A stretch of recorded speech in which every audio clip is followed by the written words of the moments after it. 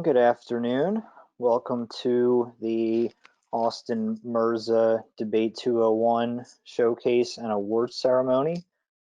Thank you so much for joining us this afternoon. I know this is the second showcase and awards ceremony in as many weeks for these students. So we do appreciate you guys taking time out of your Friday and joining us and seeing a little bit of some awesome debating. I know Coach Mirza and I have been very proud of your students this week. It's been a very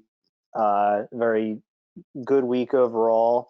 A lot of great stuff was accomplished, and you're going to see some of that on display this afternoon. So thank you for joining us, and we'll get started. So this is our group, the Austin Mirza Debate 201 class. I know I was fortunate enough to work with a few of these students last week. Noah, Arav, and Chelsea were all returners from my Public Speaking 101 class last week. And then we were joined by 4 students who I had not had the pleasure of working with this summer so far, but it was great to get to know those 4 students and work with them as they developed into debaters. So it was a great pleasure to welcome Yamu, Jacob, Kaya, and Mishti to our returning members. Coach Mirza and I, this is the 3rd week that we have worked together, and it was great to have him back on board as well. So there's a lot of familiar faces and also a few new faces, and it was a great experience. I think this is the 5th week that I've had with camp so far this summer, and it was Coach Mirza's 6th week. So we're both kind of veterans at this process, and I would say after 5 weeks of doing this, I think the biggest challenge that I have seen so far is the jump from Public Speaking 101 to Debate 201. Because what happened last week was that the students really learned the facets of public speaking, especially in this virtual environment. They had a topic to create a persuasive speech on, and they performed that in class and in the showcase ceremony for you guys. The change or the transition to Debate 201 is a big jump from just simply giving a persuasive speech, because in Debate 201 they had to take their persuasive speech skills, they had to turn that into a 4-minute opening speech based off of the same topic, our debate resolution on government regulation on social media. And not only that, but they had to develop the different components of a debate round. So you're going to see today, this is not just them delivering an opening speech on the same topic. They are also going to do cross-examination questions and answers, which is a very challenging and very daunting skill for a lot of newer debaters. They're going to do a refutation speech where they directly attack and develop a counter argument on their opponent's main arguments, and they're going to present a closing speech where they summarize the main ideas and the main points of the round, and they make their case that their arguments outweigh their opponent's arguments. Okay, so they had to take the persuasive speaking skills and incorporate all of these different debate elements into it and turn it into a full case within the course of 3.5 days, because we ended yesterday with our first round and then we conducted a second round this morning. So it really is a pretty phenomenal achievement for all 7 of these young students, because they really had to hit the ground running this week. And we covered different aspects of the debate round every morning, and they spent a lot of time prepping their cases and preparing the other aspects of the round, the refutation, cross-ex, things like that. So it was a big challenge for them, And I think Coach Mirza and I, can say that we are very, very proud of the work that they've been able to accomplish, because it is not easy. We know in this environment, especially this virtual environment, that comes with its own sets of challenges. But they really did a great job with making the most of this occasion and making the very big jump from Public Speaking 101 to Debate 201. So they deserve a lot of recognition and a lot of credit, because this is something that a lot of kids would not be able to handle. And they did a very good job. They tried their best, they worked their hardest, and I think the finished product this week kind of speaks for itself, and how impressive it's going to be. So really, I want to tell you guys right now, how proud we are of you, because this was not this was a challenge, and I think you guys rose to the challenge and made the most of it, and that's all we can ask of you. That's all we can ask of you. So we're very proud of you. All right, so we're going to move into our individual introductions and award the certificates. All right, so this young man is a returner, as I mentioned before. Had the pleasure of working with him last week. Developed a great persuasive speech that some of you may have heard last week, and really hit the ground running this week. He does have some debate experience, so he was able to really incorporate his prior knowledge and his prior public speaking skills into this debate format, and really did a great job throughout the week. Always had great contributions in class, some really good original ideas, and really has worked hard the last 2 weeks, and I give him a lot of credit and a lot of respect for everything he has brought to the table. So thank you, Arav Mahendru. Great job again, Arav. Good stuff. All right, our next debater, newcomer to our class this week, did a really great job throughout the week. I think really developed as the week went on. Really good speaking style. I was very impressed, especially this morning when I had the pleasure of watching his.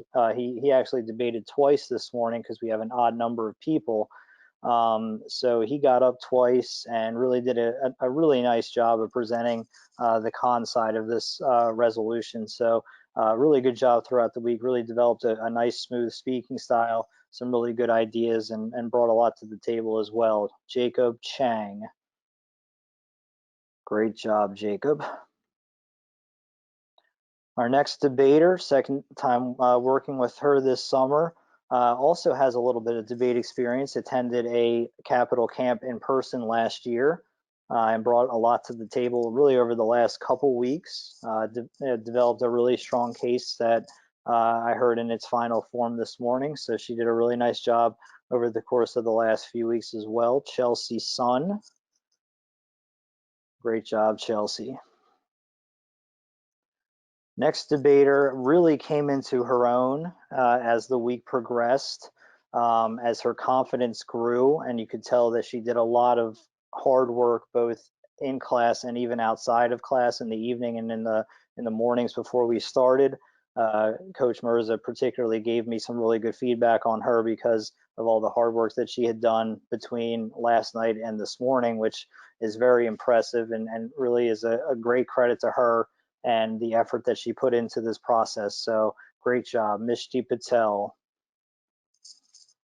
Great job, Mishti. Our next debater, this guy's a character. Loved having him in class, brought a lot of good energy, good vibes throughout the week. Really positive attitude, really good sense of humor, a lot of good ideas to the table as well. Took part in our class discussions really well, and it was a pleasure to get to know him over the course of the week. Yamu Shi. And you're going to be hearing from Yamu twice in the showcases because, like I said, we have an odd number. We only have 3 people on con, whereas we have 4 on pro. So Yamu, who prepared con, was generous enough to offer to go twice for us in the showcases. So I think that's a good testament to his character as well and his enthusiasm for the process. So thank you, Yamu. Looking forward to that. This guy, what can I say? Second week having him, great. It was a pleasure to see his name on the roster on Monday morning. Knew we were going to get another good week out of him. Always the first to volunteer. in our sharing exercises, always volunteered to go first, always looking to get new ideas in, asked a lot of great questions throughout the week, really drove at the root of these issues that we addressed with the topic. Really good personality, a lot of good questions, a lot of good enthusiasm, and it was great to see him develop as a debater over the last 2 weeks. Noah Klein. Great job, Noah. And last but certainly not least, had the pleasure of meeting this student over the course of the week. Also saw a lot of great development from her. Really good, almost like philosophical ideas when it came to this topic. She was bringing things up that I wasn't even hearing in debate 301 or 401. So a little bit of a quieter student in our activities, but she really brought some great ideas to the table that I'm looking forward to implementing. If I work with the higher level students, the 301 and 401, over the rest of the summer, I'm definitely going to remember some of the things that she had to offer, because there were some ideas there that I think had a lot of advanced thinking to it, and really showed her dedication to the topic, and thinking beyond just the basic ideas. So I was really impressed with her and what she had to offer throughout the course of the week. Kaya Chaurasia, or I'm sorry, Chaurasia. I'm sorry, Chaurasia. Great job, Kaya. And that, oh no, sorry about that. So that is our class. We had a lot of different personalities and a lot of different things to offer, and I think there was a group that really jived well together. Seven young people. It's not always an easy process to work with people that you may not know all that well, but I think these guys did a really impressive job throughout the week, especially under these challenging circumstances with the challenging material for sure. So similar to last week, if you would like to take the survey and give feedback about your experience either from the student side, how this 201 experience was for you, as well as on the parent side, we would love to hear your feedback. I know at our meeting last night we were talking about expanding all kinds of, talking about expanding virtual programs, not only over the rest of the summer, but for the fall as well, as we move into the club season. So, it seems obviously that the pandemic is not going anywhere anytime soon. So we are trying to adapt to a more virtual approach. If we are not able to do in-person tournaments or other activities over the course of the fall and winter, we do want to make sure that we can provide you guys with as many opportunities as possible to continue your debating and public speaking performance in a virtual setting. So please, we value your feedback very much, both from the student and from the parent perspective. Let us know what we did well, and let us know what we can improve upon, so that way we can work to give you guys the best possible experience that we can, especially in these very challenging times.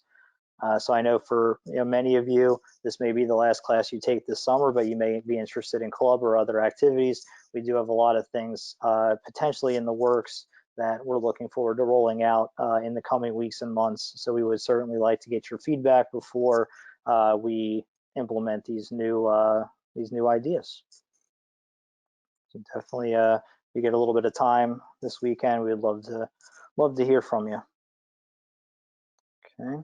And similar to last week, if you are interested in taking advantage of another program that we offer over the coming weeks, $50 off your next camp if you sign up today with the code NEXTCLASS2020.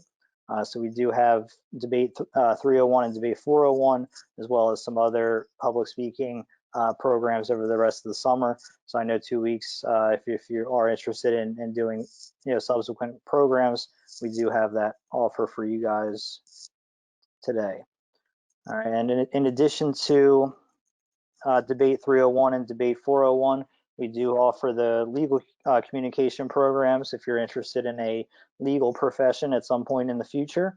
Business communication, which is more of a Shark Tank style presentation, which I've heard really good things about over the summer. It seems to be going really well.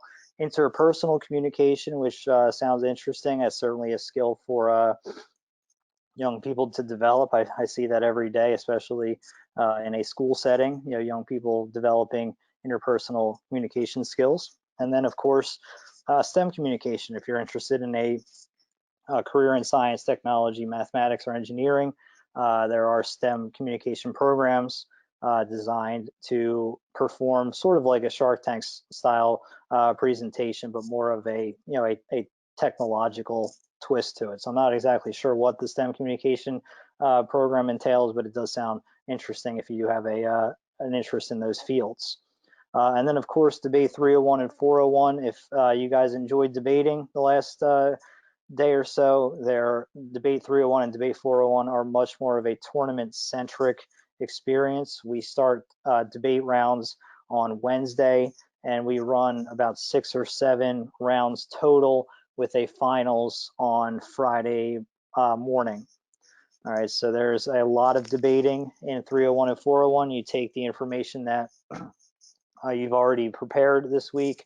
You develop the other case, the other side of the argument. So if you prepared pro this week, you'd prepare con in the first couple of days next week, and then you do a lot of debating.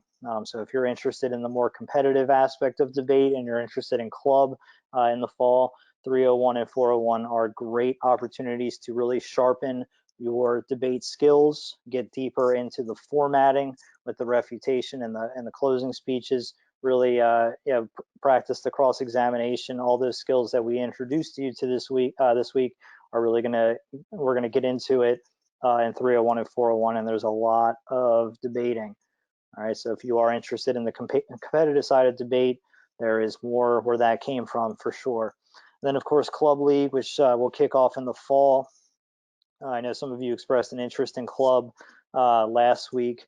I know that that's a great opportunity. I am one of the instructors for Club Debate. I work very closely with Chuck McCarthy, who is the regional director of the Club League for the Northeast region.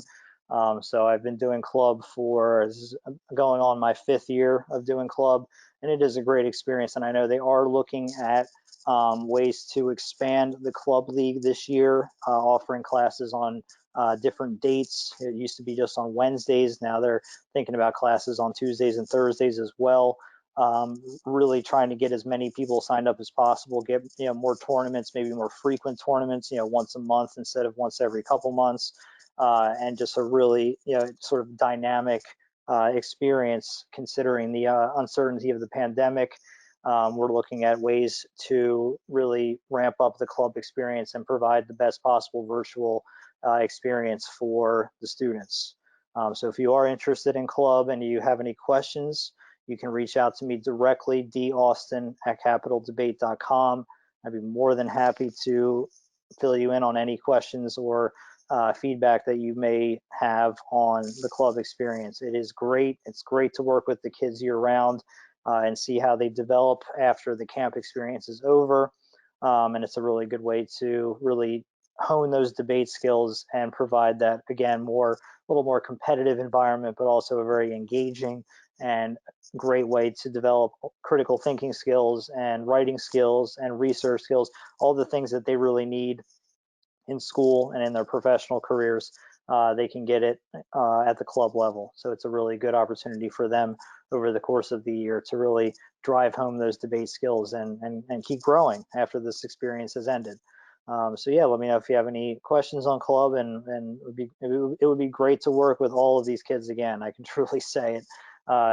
It would be great to work with any and all of them again. All right, and of course, if you also have questions, you can also contact the corporate office team at capitaldebate.com or the phone number, the 800 number at the bottom. You'll get in touch with one of the office staff, and they'll be more than happy to answer any questions you may have. All right, and this is the part that I think is very cool.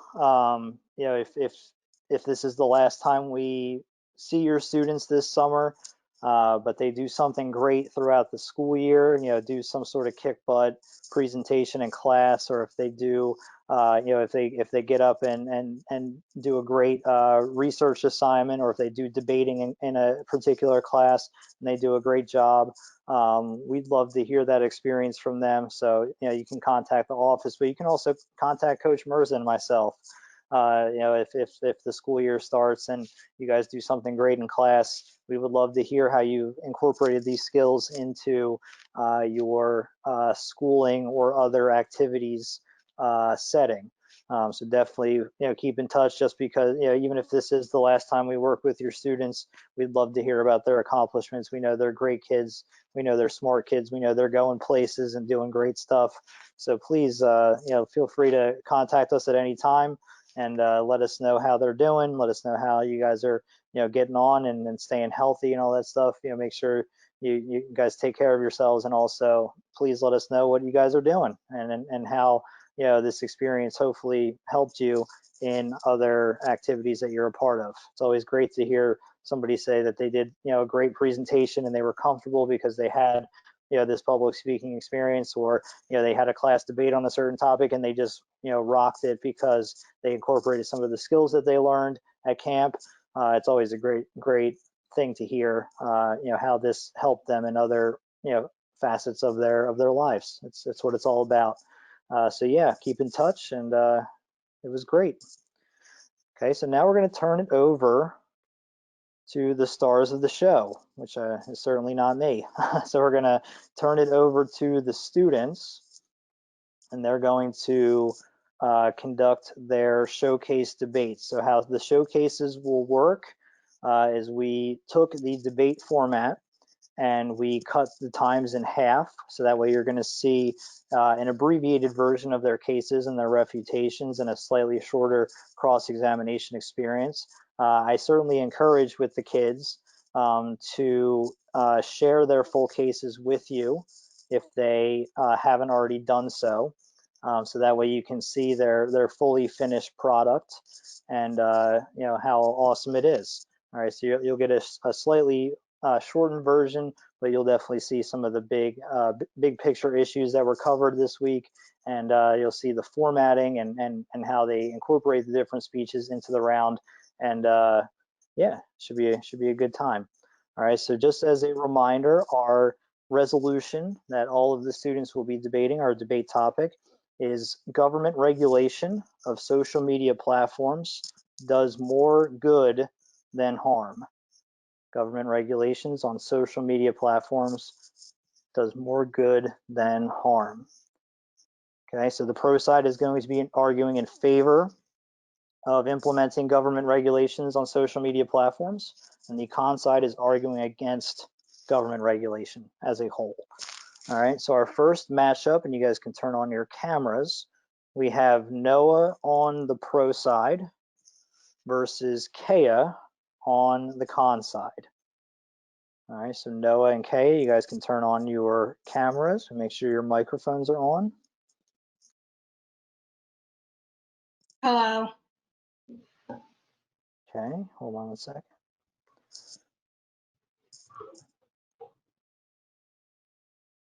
Okay, we have cameras on. Do I have to turn mine on too? There we go. All right, so for some reason on this screen, I can't see you guys if my camera is not on, so you're going to be stuck looking at me as well. All right, so Noah, you're on the pro, so your 2-minute speech begins when you are ready.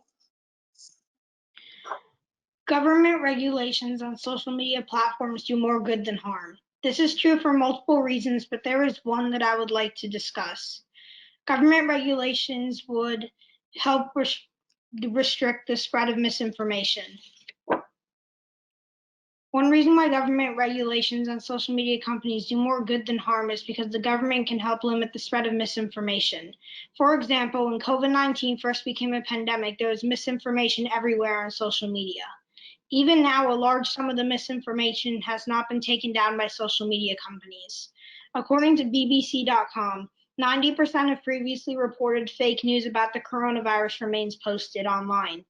Amran Ahmed, chief executive for the Center of Countering Digital Hate, responded to this issue by saying, "The firms were shirking their responsibilities.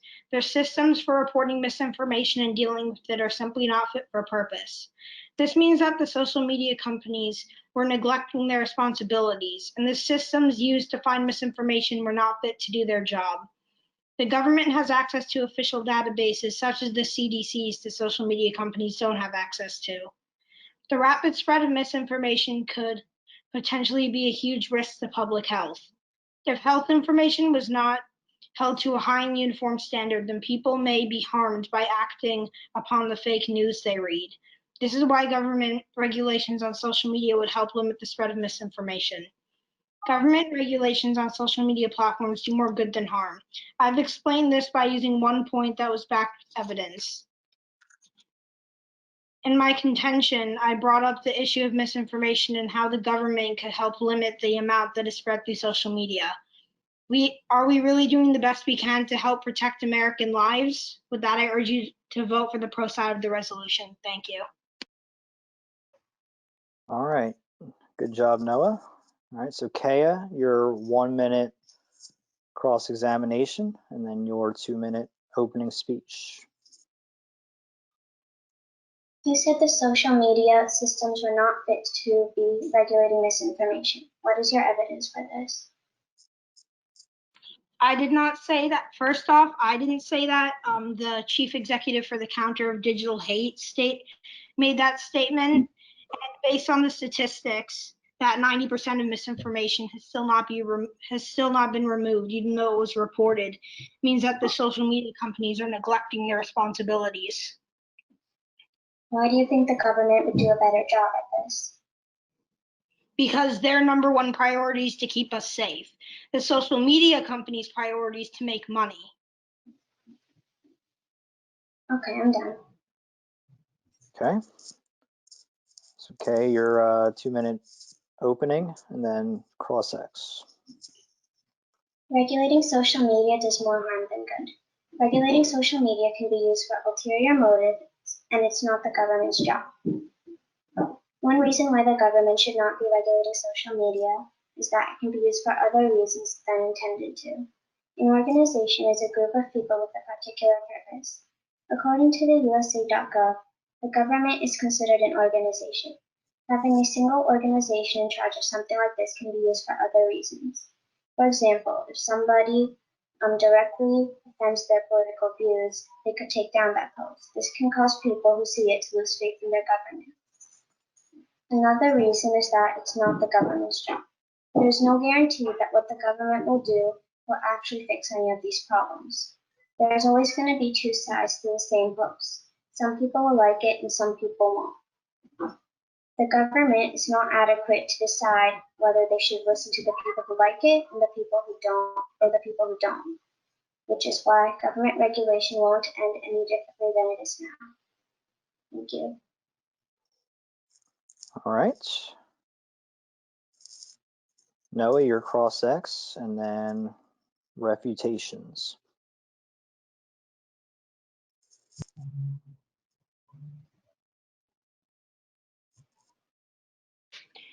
I will begin in 3, 2, 1 now. You said that the government could have different motives, but if the government's job is to keep us safe, then that's their only motive. Plus, it's not like the government officials are going to be the people regulating social media. So who do you think is going to be regulating it? We don't know who's going to be regulating it. There is no system right now. They haven't decided anything, so it could be anyone. Then how do you know the people regulating it will be biased? I'm saying it's a possibility. Yes, but there's always a possibility that something could be biased, correct? Yes. In your second contention, you said it's not the government's job, but the government's job is to keep us safe. So if that means regulating certain aspects of social media, they should do that, correct? The government shouldn't be handling these online things if they can't do it in real life. Yes, but the online things apply to our safety, and it's their job to keep us safe. So they should be regulating them. All right, good. Noah, your 1.5 minute refutation. In my opponent's first contention, they said the government can have ulterior motives, but I can refute that by saying, first off, it's not the government officials that we elect who are going to be regulating it. It's people who are hired and they are held up to a certain standard. So the government will interview them and know if they're biased or not. And in my opponent's second contention, they said it's not the government's job, but the government's purpose is to keep us safe. So if that means regulating certain aspects of social media, then they need to do that.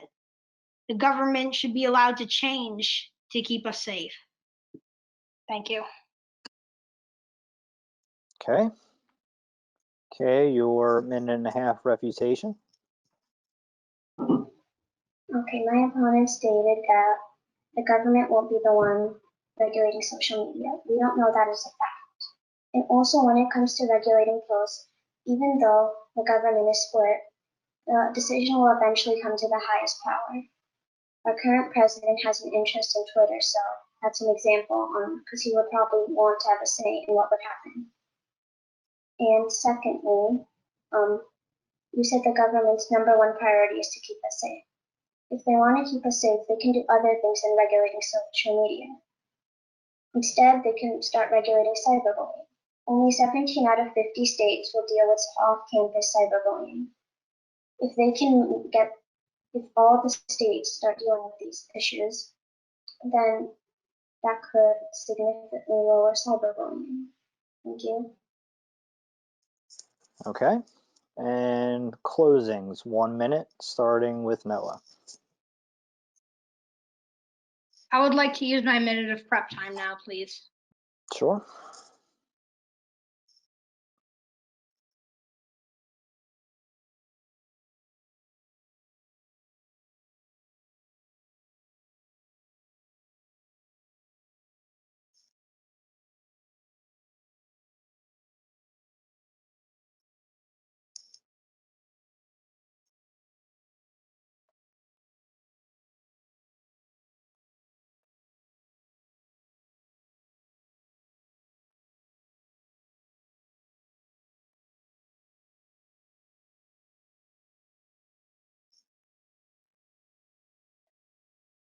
I'm ready. Okay.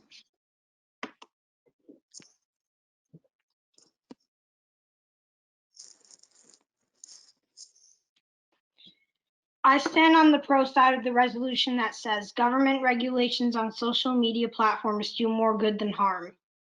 The government should keep us safe. If that means regulating certain aspects of social media platforms, then that is what they should do. Regulations by the government should span to misinformation on social media because that can affect public health. This is especially true when the misinformation is about treatment for illnesses. If someone acts upon this misinformation, it could prove fatal. My argument was that misinformation could be dangerous to public health. And in my opponent's first contention, they said that the government could have different motives. But I tried to refute that by saying that it wouldn't go to the president because my opponent said it would go to the highest power. It's not the president's job to regulate every single little comment on social media. That's what the employees are for. And in my opponent's second contention, it said it's not the government's job, but the government's job, I'm restating this, the government's job is to keep us safe. And if that applies to regulating only certain aspects of social media, then that is what they should do. Time.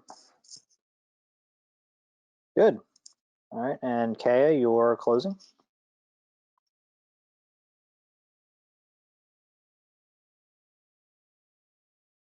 I stand on the con side of the statement. Government regulation does more good than harm.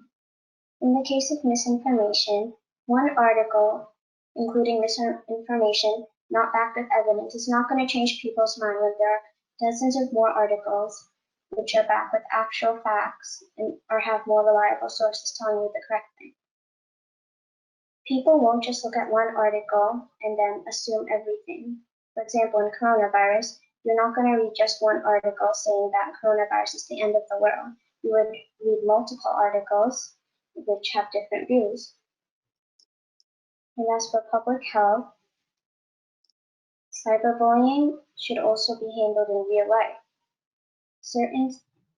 We should be regulating cyberbullying, not the entire social media platforms. Thank you. All right, guys, great work. Good job. So you guys can turn off your cameras and mics. Thank you very much. Our next matchup is going to be Arav on Pro against Jacob on Con.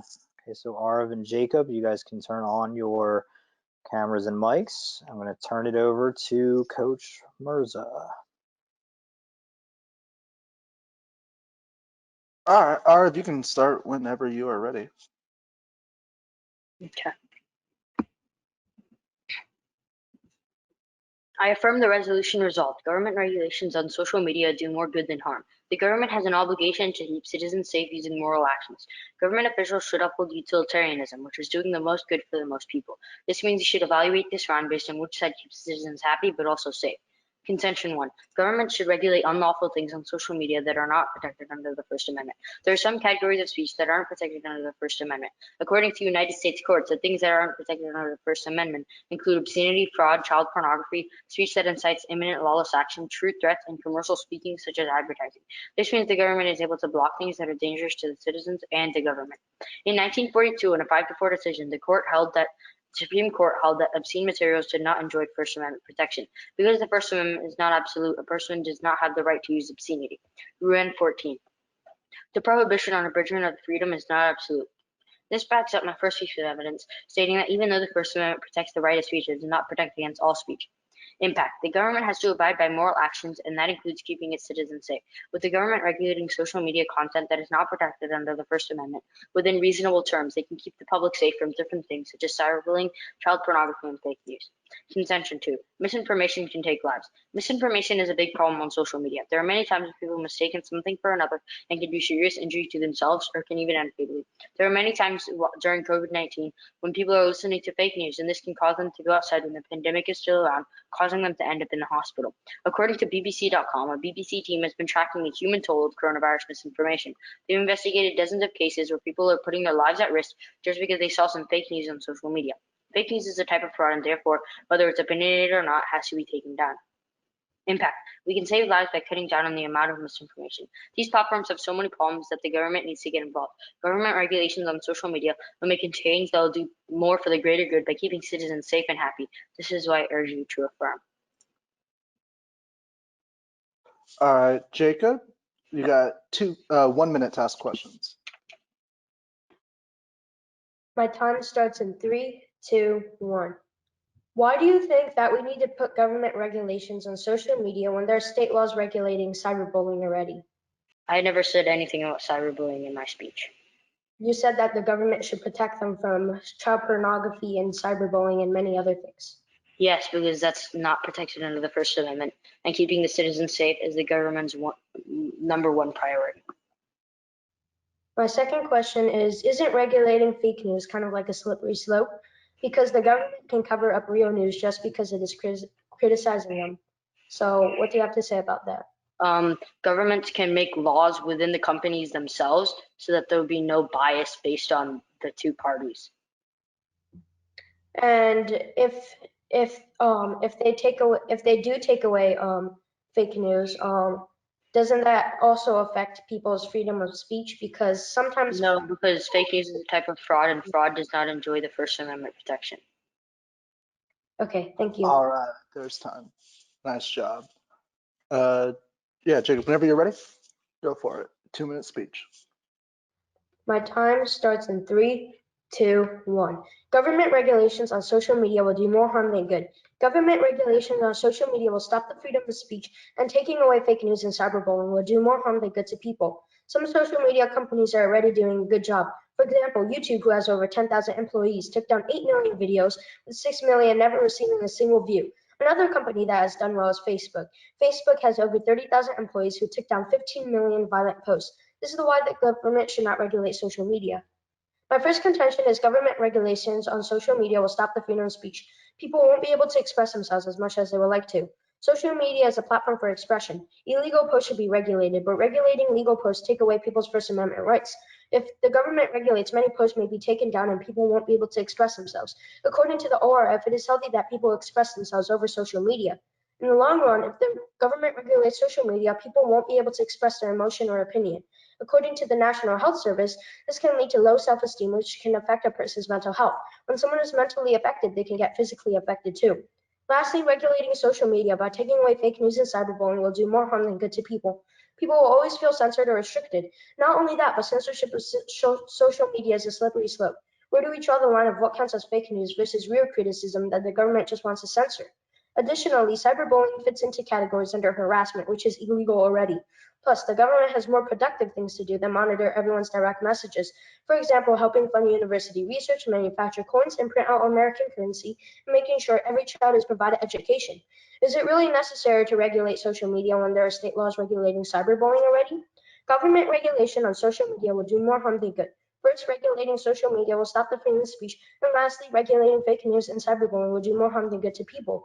My opponent's world would be living under the control of the government. The government would be able to change anything anyone posts. My world would be a world where everyone can have a say in anything and interact with others on social media. This is why I think the government should not put regulations on social media because it would do more harm than good. Thank you.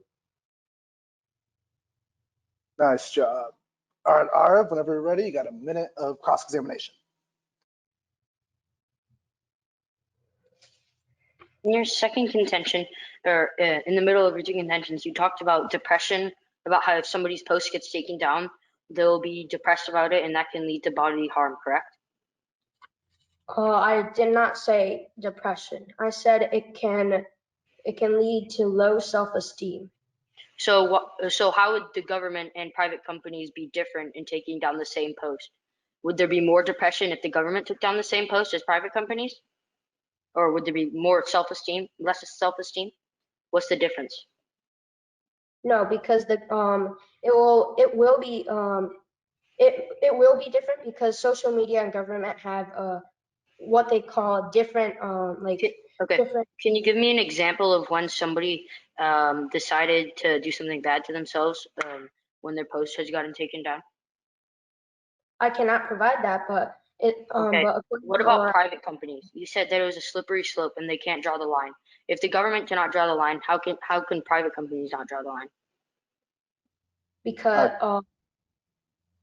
Go ahead and answer that, Jacob, if you want. okay because they because social media companies won't take down anything they won't take down anything criticizing the government because that's someone's opinion.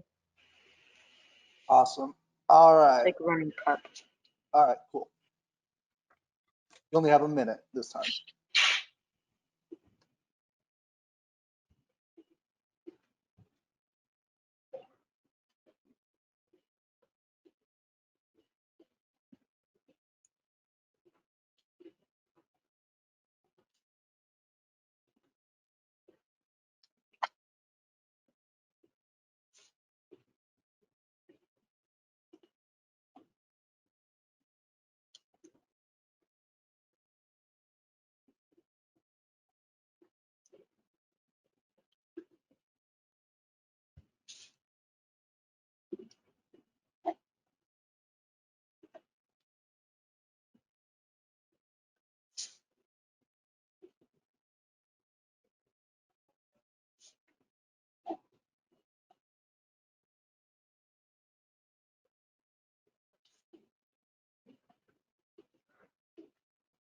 Okay.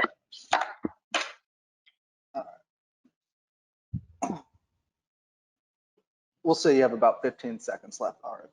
Okay. 3, 2, 1. In my opponent's first contention, he stated that government regulations on social media would stop the freedom of speech.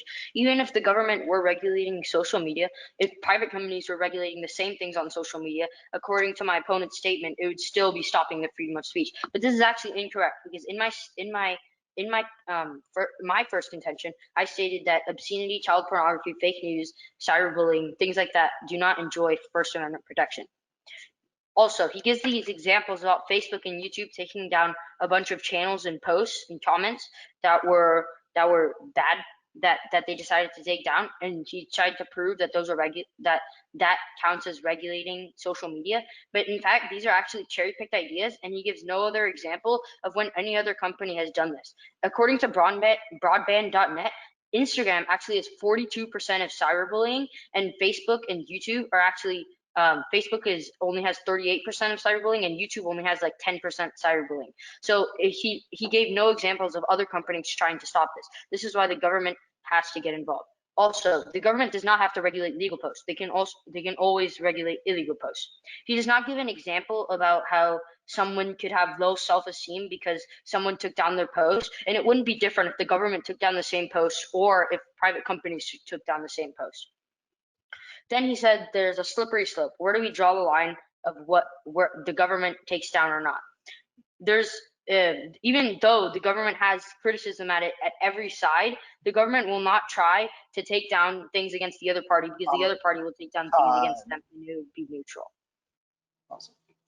All right, Jacob, would you like to use any of your prep? No, thank you. Awesome. All right, for your 1.5 minute refutation. My time starts in 3, 2, 1. My opponent stated in his first contention about something in 1942. That was 80 years ago, and there was no social media back then. And he also, in his second contention, he provided no statistics and no examples of how fake news can be fatal. He said that dozens of people have died, but there are billions of people on the earth. So how does that affect everyone? Thank you. All right, Ara, you have about 15 seconds to prep.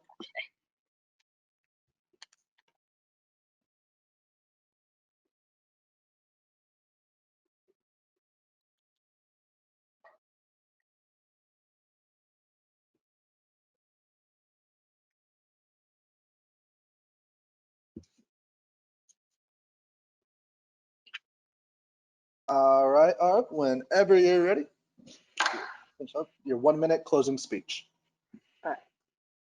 To attack me, my opponent attacked my first contention by saying that a 1942 Supreme Court case wasn't valid because it was from 80 years ago.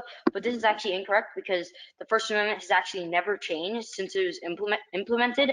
And my First Amendment in this case shows that obscenity is not allowed, meaning cyberbullying is not allowed. In my second contention, he says that what do dozens of people have to do with billions of people? But the impacts are, is it a dozen people or is it freedom of, or according to him, is it freedom of speech? But actually, it's really just a dozen. It's just a dozen people dying for the government not regulating social media.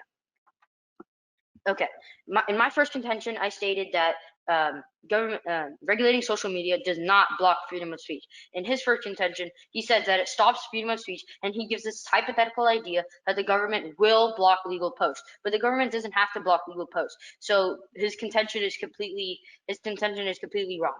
Then Time. Modified times, I know. All right, Jacob, you have a minute of prep. Like to use it? Yeah, I would like to use it. Awesome.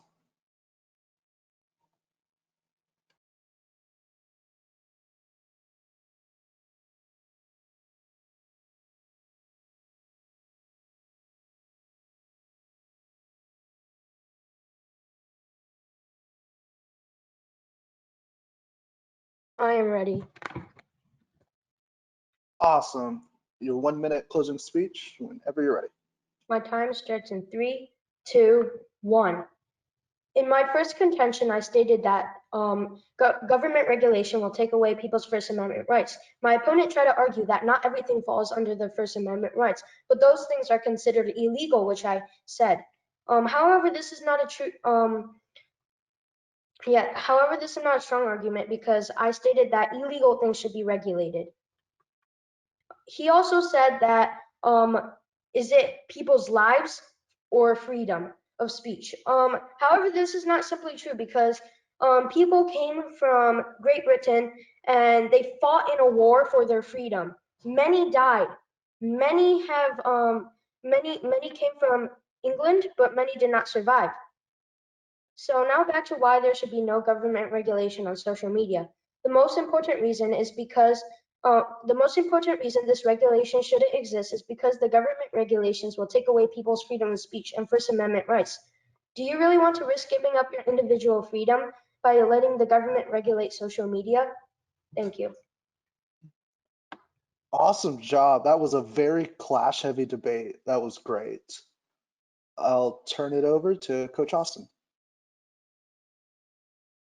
All right, good job, guys. Our next matchup is going to be Mishti on the pro, going up against Yamu on the con. So you guys can turn on your cameras and mics. Okay. And Mishti, when you are ready, you can begin your 2-minute opening speech. Government regulations on social media platforms do more good than harm. There are many reasons why government regulations on social media platforms are good, but there are two especially important ones that I would like to mention. Government regulations will help stop the spread of disinformation and prevent cyberbullying. Government regulations help stop the spread of disinformation.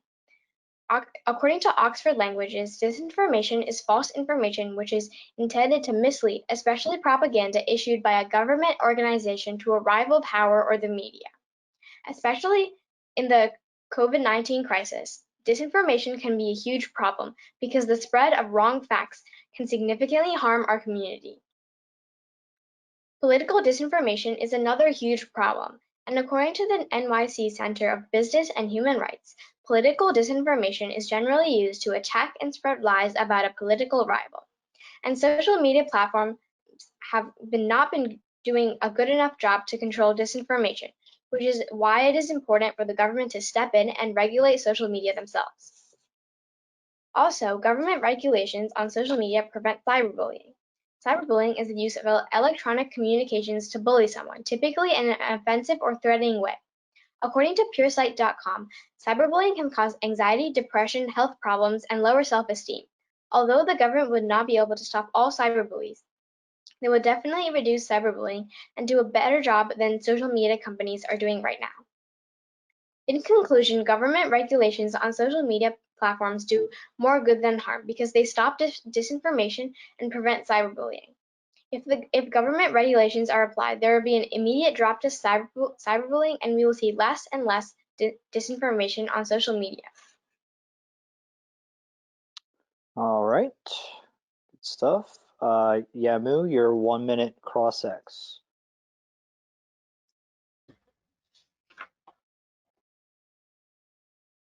So, you stated in your first contention that the government is going to do a better job to prevent the spread of false information. Why do you think that? Well, the government has more eyes on social media platforms. Also, the government has better resources to fact check, and if the social media companies are not doing enough, then why shouldn't the government regulate social media themselves? How do you know the social media platforms are not doing enough?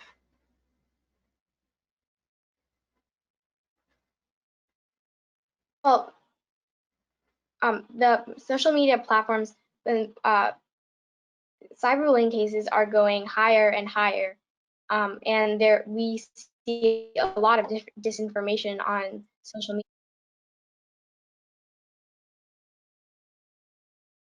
Okay, it's time. Okay. Good. All right, so Yamu, your 2-minute opening, and then 1-minute cross-X. Government regulations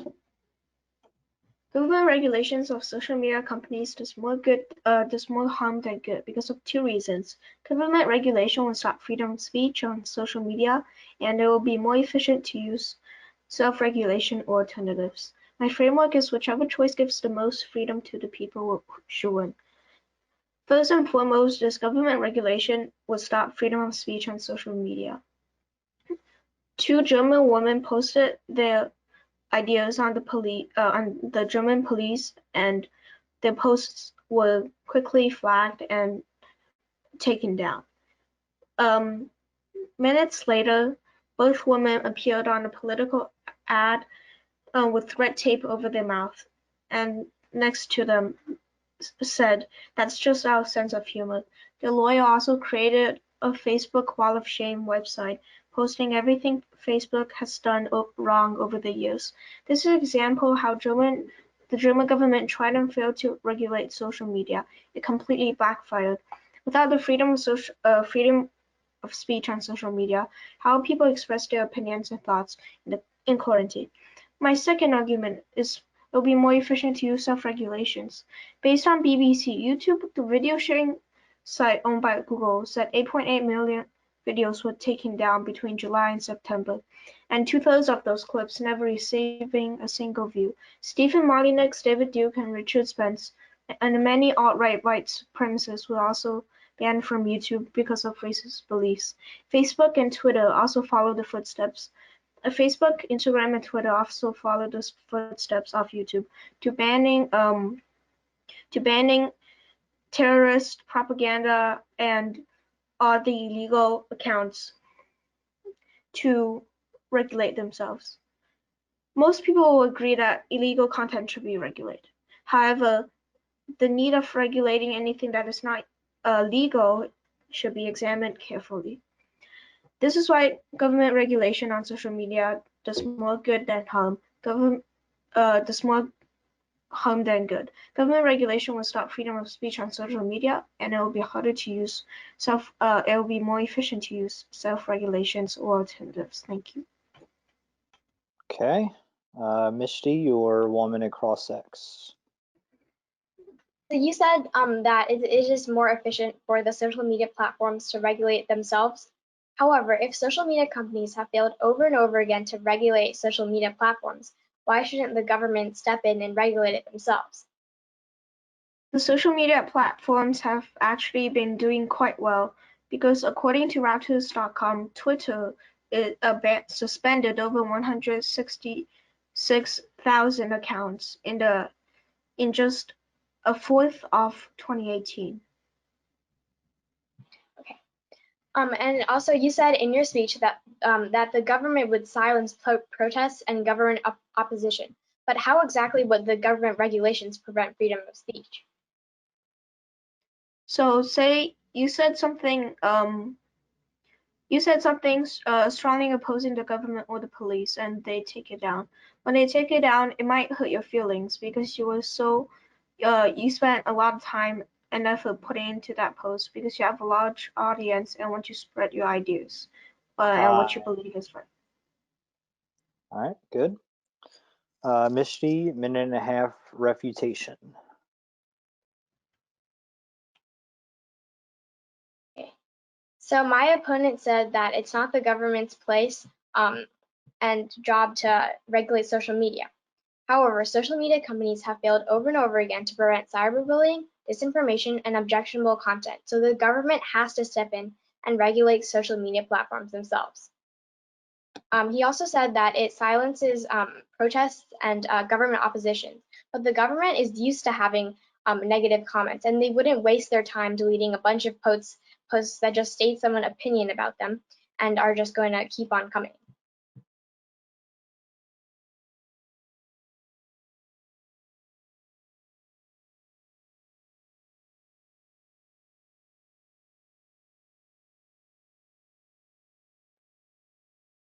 Okay.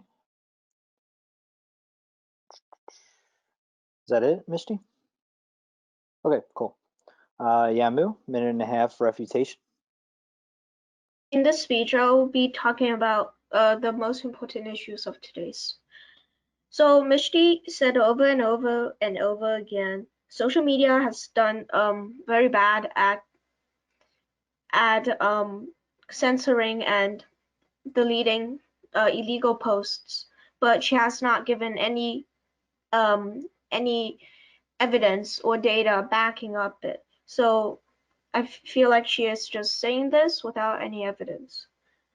And my opponent said in the refutation speech that government don't bother with small posts and stuff. But what if it's big? What if it's on the verge of legal and illegal? How will the government know if it's legal or illegal when it's very hard, when it's on the line? Also, my impact is greater than my opponent's impact because, yes, some people might die from the false information, like a dozen people. But in the long-term effect, people will die and suffer because of this regulation. It is eroding human rights, and maybe years later, all the citizens are the slave to the government.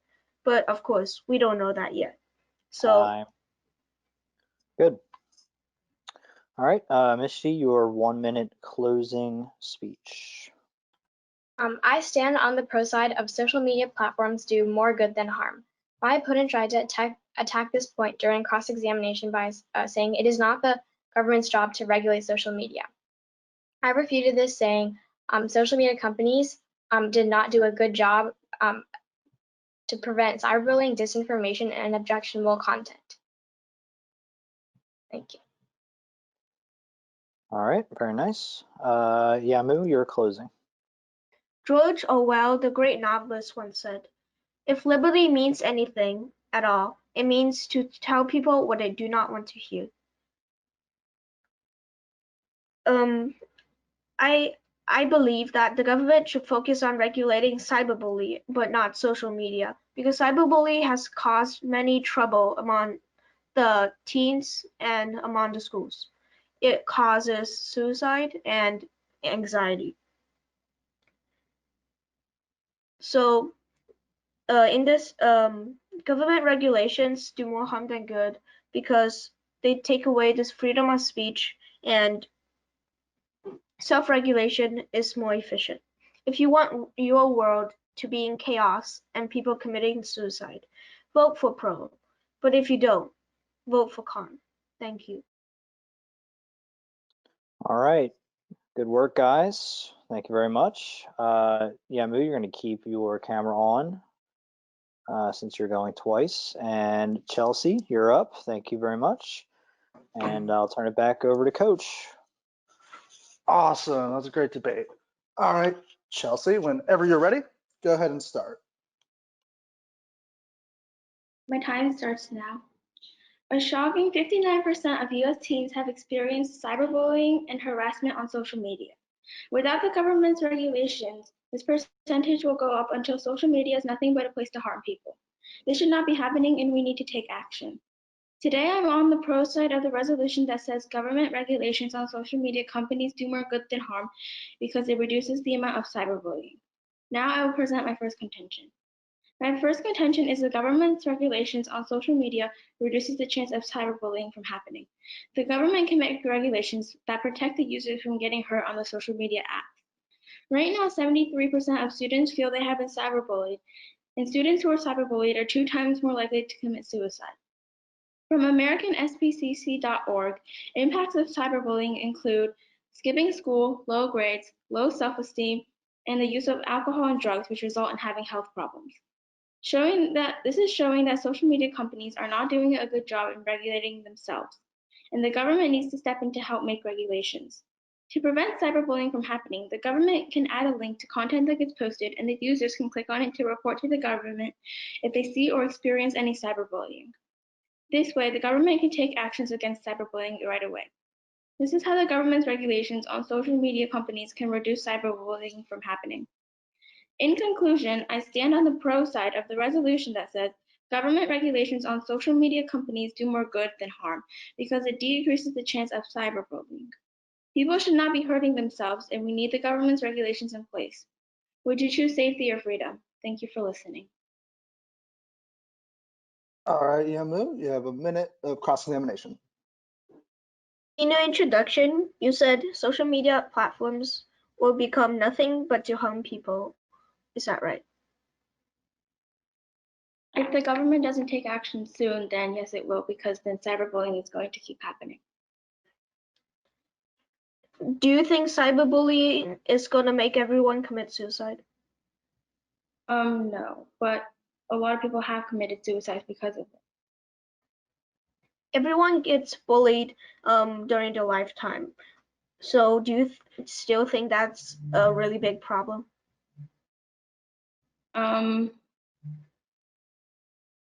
Well, actually, I don't think everybody gets bullied in their lifetime. So,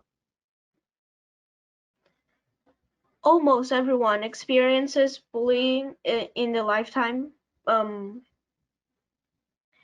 it's cyberbullying or bullying. Have you experienced bullying? no. That's time.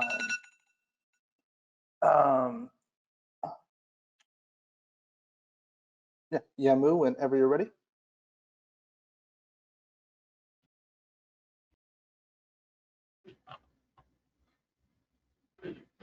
Government regulations of social media does more harm than good because of two reasons. Government regulation will stop the freedom of speech on social media. It will be more efficient to use self-regulation or alternatives. My framework is whichever choice gives the most freedom to the people should win. First and foremost, the government regulation will stop freedom of speech on social media. Two German women posted their ideas on the German police, and the post was taken down shortly after they posted. After the post was put down, both women appeared in a political ad with red tape over their mouths.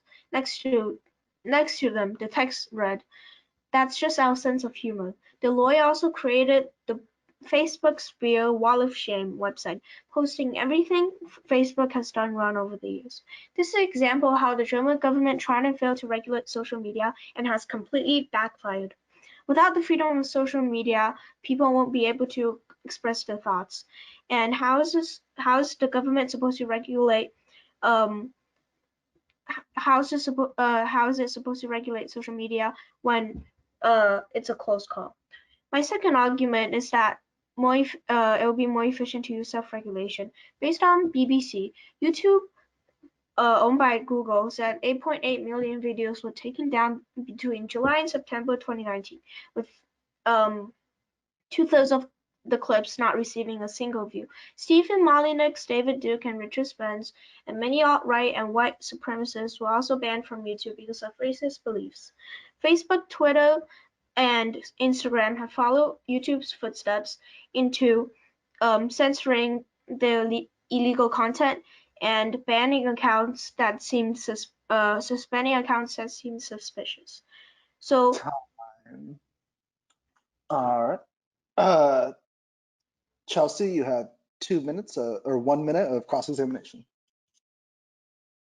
Okay, so do you think that just because more people prefer something, does that mean it's right? no, it does not mean it's right. So, But I don't see how that is relevant to the topic. in your introduction or first contention, you said that more people prefer to have freedom of speech or self-regulating, but so that's the option that they should use. I have never said that.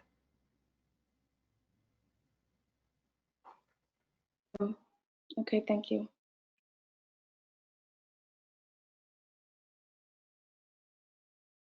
All right.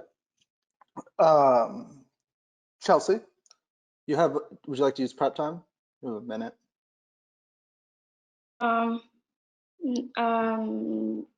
Yes, please. Okay.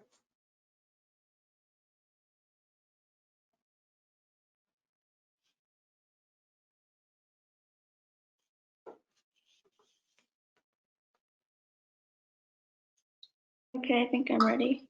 Awesome. We have about 45 seconds left. Okay, so in my opponent's first contention, they stated that that the government regulating social media would stop the freedom of speech.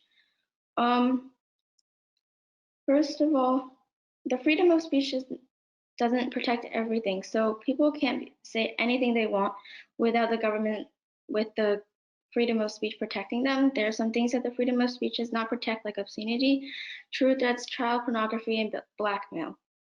And in my opponent's second contention, he said that the social media companies should self-regulate. But I stated in my first contention that 59% of U.S. teens have been cyberbullied, and 73% of U.S. students have been cyberbullied on social media. So if more than half their teen and student users are being cyberbullied, then why should the social media platforms self-regulate if they can't protect half of their users? Thank you. Nice job. All right, Yamu, would you like to use any prep? No thanks. My refutation speech starts now. So, my opponent said in her first contention that the government would put a link next in the social media app, and they can report the user who is cyberbullying them anytime. But isn't that what all the social media sites have done? They have this block, report, and I forgot what the last one was, but they also have the same technology and the same buttons, so they can easily contact the the social media platform workers. Even if they don't respond in time, they can just block the user who is cyberbullying them, so the victim won't see the opponent's texts anymore, so they won't be cyberbullied anymore. Also, based on Google, cyberbullying is very common and it's very easy to recover. So is cyberbullying uh, a big as a problem as my opponent is making it? I'm not so sure about that. Thank you. All right, Chelsea, you have about 45 seconds of prep. Would you like to use it? Yes, please.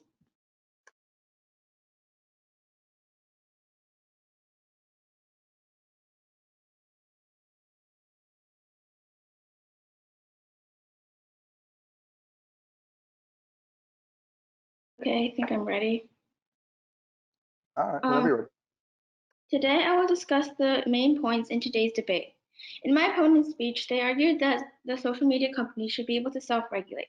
But as I stated in my opening speech, more than half of the users on social media are being cyberbullied. So the social media companies should not self-regulate if they can't already protect their users.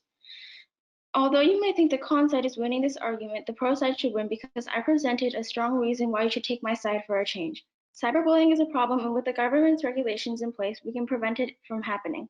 We need to keep our community a safe place. It's a matter between safety and freedom. Choose safety. Thank you. All right, Yamu, you have a minute. Would you like to use it? No, thank you. Whenever you're ready. My final speech starts now. Hundreds of years ago, many ancestors of Americans came to America for freedom, and they battled to death for freedom. They sacrificed their life so they could hope that their kids and grandkids will have the freedom to speak and to protest. This shows that freedom is much more bigger than a couple kids committing suicide. If you want your world to be without freedom, vote for pro. If you don't, vote for con. Thank you. Awesome job, Yamu and Chelsea. And I'll hand it over to Coach Austin.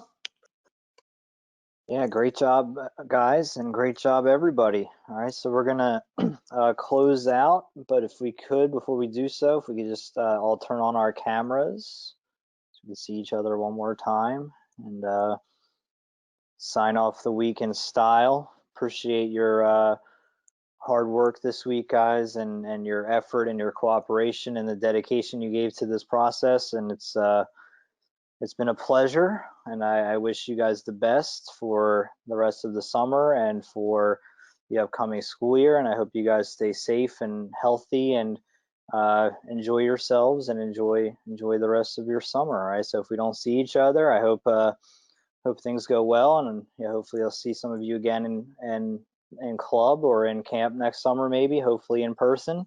But I know Coach and I really enjoyed working with you guys, and we're proud of you. All right, so be proud of yourselves, enjoy the achievements that you've made, and enjoy your weekend. All right, so have a good one, guys. It's been great. Take care of yourselves.